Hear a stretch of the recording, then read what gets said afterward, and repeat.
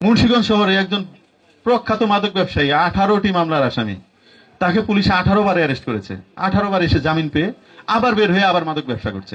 আপনাদের এলাকা থেকে যদি কেউ এসে মাদক বিক্রি করে তাদের প্রতিহত করার ক্ষমতা আমাদের মোল্লারচরবাসীর আছে আছে আছে।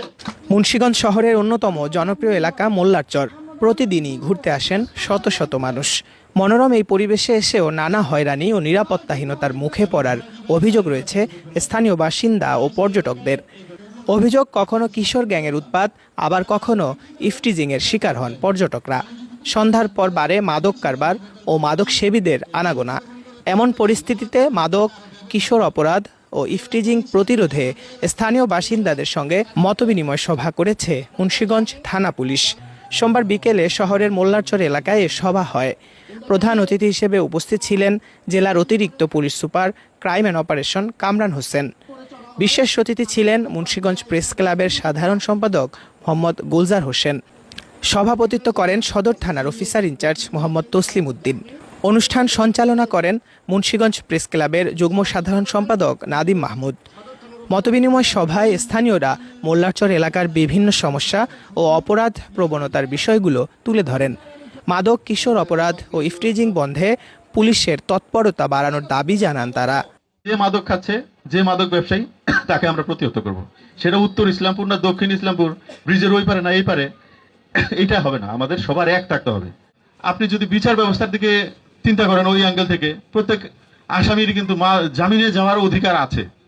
তা আমরা আমাদের যে মাননীয় সংসদ সদস্য আছে তার কাছেও আমরা বলেছি যে সংসদে এটা নিয়ে কথা বলতে, যে জামিনটা যেন আরো দেরি করে হয়, বা মাদক ব্যবসায়ী মাদক সেবীদের জন্য জামিনটা যেন আরো কঠিন হয়, সেই ব্যাপারে সরকার থেকে আরো কঠোর আইন হতে। তো সেটাও প্রসেসিং এ আছে। আমরা মাননীয় সংসদ সদস্যের কাছ থেকে আমরা শুনেছি যে আরো কঠোর আইন হচ্ছে জামিনের ব্যাপারে। সব পুলিশ পারবে না, যে পুলিশের উপর দায়িত্ব দিয়ে বসে থাকলে হবে না। সামাজিকভাবে সামাজিক আন্দোলন করতে হবে। আর সামাজিক আন্দোলন কোনটা? সামাজিক আন্দোলন হচ্ছে আপনারা সবাই মিলে মাদক, ইফটিজিং, কিশোর গ্যাং। আপনারা আরেকটা জিনিস বলেন নেই, সেটা হচ্ছে কিশোর গ্যাং। এই কিশোর গ্যাং আমার এলাকা হোক বা শহর থেকে হোক বা আপনার এলাকায় হোক, মিলিতভাবে আপনারা যে ভুক্তভোগী হন, মাদকের পাশাপাশি কিশোর গ্যাংয়েরও একটা ভয় আপনাদের ভিতরে থাকে।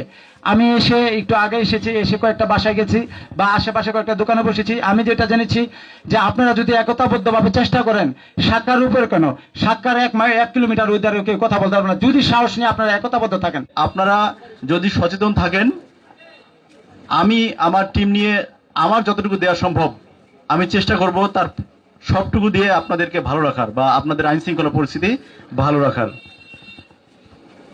আপনারা একতাবদ্ধ থাকবেন।